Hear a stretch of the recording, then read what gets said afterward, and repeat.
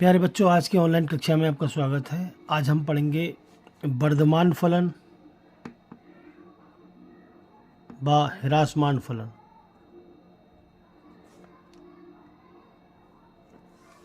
व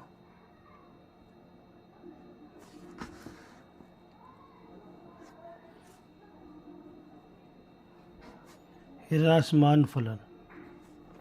देखिए क्या होते हैं ये और कैसे पहचानते हैं मैंने कौन सा फलन वर्धमान है, कौन सा फलन निरंतर वर्धमान है, कौन सा फलन ह्रासमान है, कौन सा फलन निरंतर ह्रासमान है। सबसे पहले जो भी फंक्शन दे रखा होगा हमें उसको हम डिफरेंशियल करेंगे वन टाइम पहली बार, और डिफरेंशियल करने के बाद में यदि वो डिफरेंशियल 0 से बड़ा या उसके बराबर आता है तो हम मानते हैं कि फलन क्या होगा, वर्धमान फलन होगा। यदि वो 0 के बराबर नहीं आता है और 0 से बड़ा ही आता है तो क्या होगा, निरंतर वर्धमान फलन होगा। ऐसे ही अगर एफ डैश एक्स का मान 0 से छोटा या 0 आता है तो ह्रासमान होता है, और यदि वो ऑलवेज 0 से छोटा ही आता है तो हमारा निरंतर ह्रासमान फलन होता है। आइए एक एग्जाम्पल नंबर 7 की सहायता समझते हैं कि दिखाइए कि प्रदत्त फलन एफ एक्स 7x-3 R एक वर्धमान फलन है। तो सबसे पहले जो हमारा एफ एक्स दे रखा है 7x-3, हम इसका डिफरेंशियल करेंगे। डिफरेंशियल करने पर हम देखते हैं कि 7 तो हमारा ऐसे ही रहेगा और x का 1 हो जाएगा और 3 का क्या हो जाएगा, 0। तो एफ डैश एक्स की वैल्यू कितनी आई, 7 आई, और जो क्या है, जो 0 से बड़ी है। जब 0 से बड़ी है मतलब ये कंडीशन आई तो फलन क्या होगा, निरंतर वर्धमान फलन होगा। अतः निरंतर वर्धमान फलन है। अब आते हैं एग्जाम्पल नंबर 7 की तरफ। तो देखिए इसका भी हम क्या करते हैं, differential with respect to x. F dash x 3x² हो जाएगा ये, और 3 दूनी माइनस का 6x हो जाएगा, और ये हो जाएगा हमारे पास 4।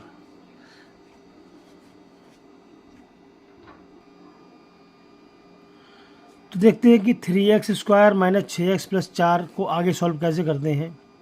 तो इसके लिए हम इसे पूर्ण वर्ग बनाएंगे, तब पता चलेगा कि एफ डैश एक्स जो है वो हमारा 0 से बड़ा होगा या छोटा होगा। पूर्ण वर्ग बनाने के लिए सबसे पहले हम x² को अकेला करते हैं, तो हम यहाँ से 3 जो है वो कॉमन ले लेते हैं, x² बचेगा और 3 दूनी 6, 4 से कोई मतलब नहीं है, 3x² माइनस 2x।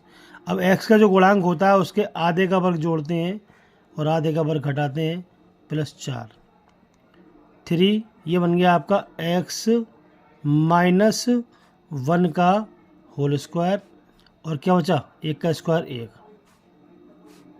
प्लस 4। देखिए x² यहाँ पर, यहाँ x है और यहाँ भी x है, तो x का जो गुणांक है उसके आधे का वर्ग जोड़ते हैं, आधे का वर्ग घटाते हैं, ये बन जाता है a, जो चिन्ह यहाँ पर होता है वो चिन्ह यहाँ लगाया जाता है, और ये बनता है b का होल स्क्वायर। ये वाला बन ऐसे ही रहा।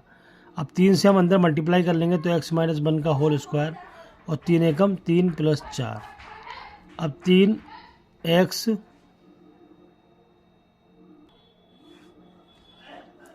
माइनस 1 का होल स्क्वायर, और 4 में 3 की कितना बचा, 1 बचा।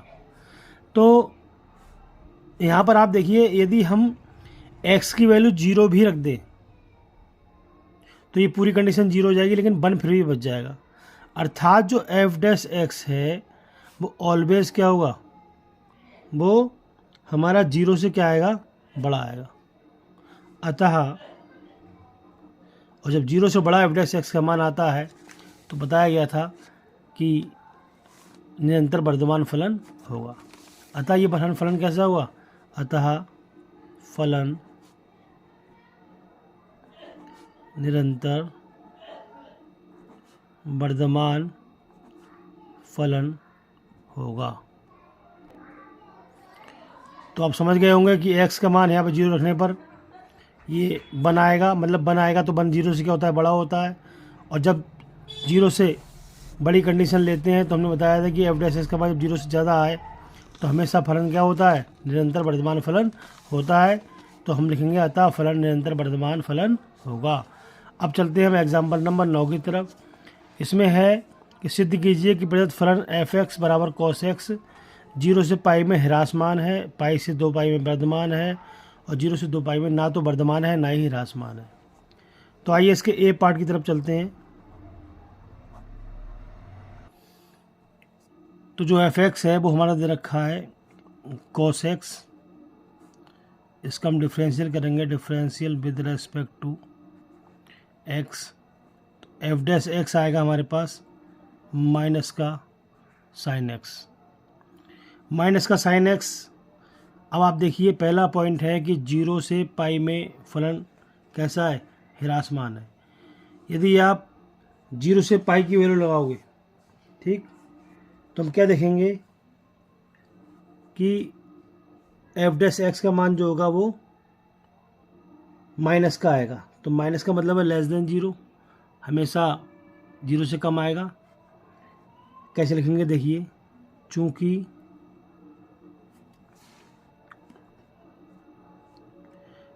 प्रत्येक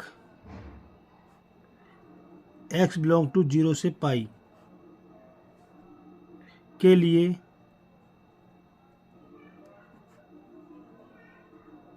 साइन एक्स 0 से क्या आता है, बड़ा आता है,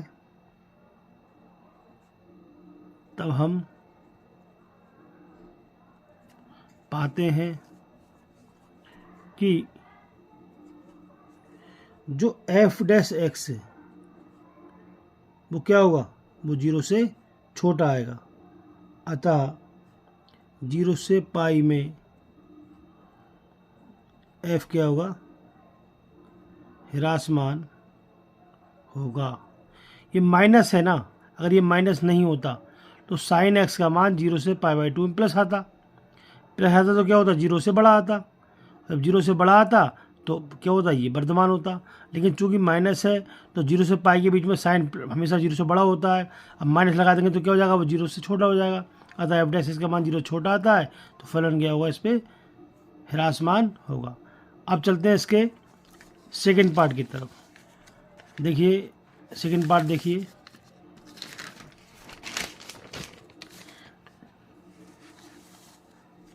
सेकेंड पार्ट है कि पाई से 2 पाई के बीच में। देखिए बी पार्ट उतार लीजिए इसका, पाई और 2 पाई में क्या है, वर्धमान है।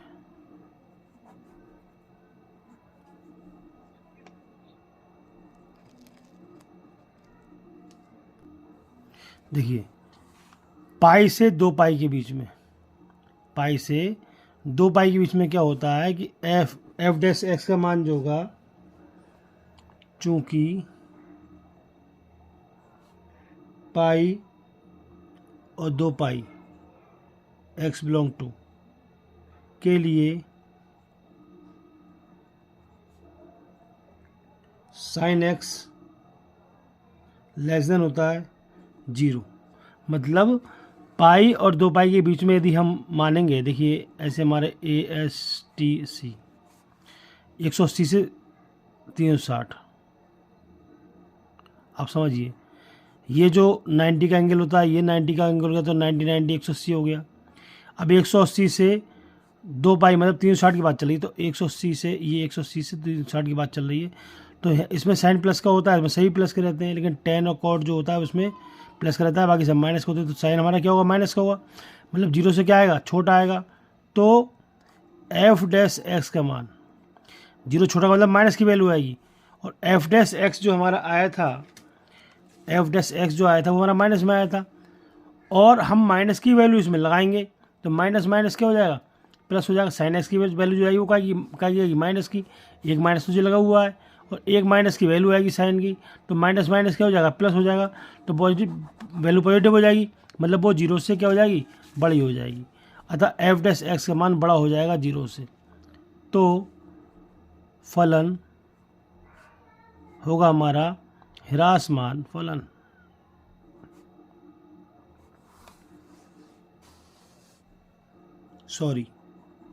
वर्धमान फलन।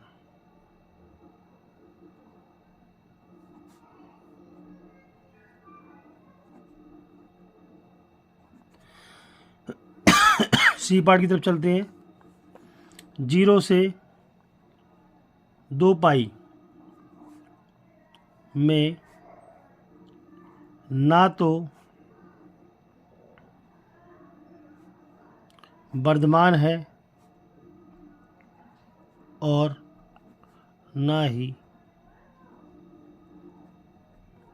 ह्रासमान है। देखिए, तो आइए सी पार्ट में देखते हैं। 0 से 2 पाई में ना तो वर्धमान है ना ही ह्रासमान है। जैसे कि हमने ए पार्ट में देखा था अभी कि ए पार्ट में हमारा जो फलन था वो 0 से पाई में क्या था, ह्रासमान था, और 0 से 2 पाई में वर्धमान था। मतलब कहने का ये है कि अगर हम चतुर्थांश बनाएंगे तो 0 से लेके पाई तक, 0 से लेके पाई तक फलन कैसा है, ह्रासमान है। और पाई देखो, ये 0 होता है, ये पाई होता है, फिर ये 2 पाई होता है।